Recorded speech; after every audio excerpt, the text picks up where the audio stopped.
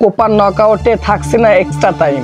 সাধারণত টুর্নামেন্টের নকআউট পর্বের ম্যাচগুলোতে এক্সট্রা টাইম থাকে। দুই অর্ধের খেলা শেষে 0 গোল কিংবা ড্র হলে 38 মিনিট সময় দেওয়া হয়। এরপর ফল না আসলে টাইব্রেকারে গড়ায় ম্যাচ। ব্যতিক্রম হচ্ছে এবার কোপা আমেরিকা। শুক্রবার 5 জুলাই থেকে মাঠে গড়াবে নকআউট পর্বের ম্যাচগুলো। 4টি কোয়ার্টার ফাইনাল ও 2টি সেমিফাইনালে একটা এক্সট্রা টাইম থাকছে না। 90 মিনিট খেলা শেষ না হলে, 90 মিনিটে খেলার ফল না আসলে টাইব্রেকারে অনুষ্ঠিত হবে ম্যাচটি। তবে সেক্ষেত্রে ব্যতিক্রম হচ্ছে ফাইনাল ম্যাচটিতে। সেখানে অতিরিক্ত 30 মিনিট থাকছে। প্রথম কোয়ার্টার ফাইনালে মুখোমুখি হবে বিশ্ব চ্যাম্পিয়ন আর্জেন্টিনা ও ইকুয়েডর। শনিবার 6 জুলাই সকালে এ গ্রুপের রানার্স আপ কানাডার বিপক্ষে খেলবে চ্যাম্পিয়ন ভেনেজুয়েলা। গ্রুপ পর্বে 3 ম্যাচে 3টিতে জয় পেয়েছে ভেনেজুয়েলা। অন্যদিকে 1 জয় 1 ড্রতে 1 হারে 4 পয়েন্ট নিয়ে নকআউট পর্বে জায়গা পেয়েছে কানাডা। গ্রুপ পর্বে বেশ ভালো আপত্তিও দেখিয়েছে পরের রাউন্ডে জায়গা করে নেওয়া কলম্বিয়া। কোস্টারিকা প্যারাগুয়ের বিপক্ষে তুলে নিয়েছে দারুণ এক জয়। শেষ ম্যাচে শক্তিশালী ব্রাজিলকে তারা রুখে দেয় 0-1 গোলে।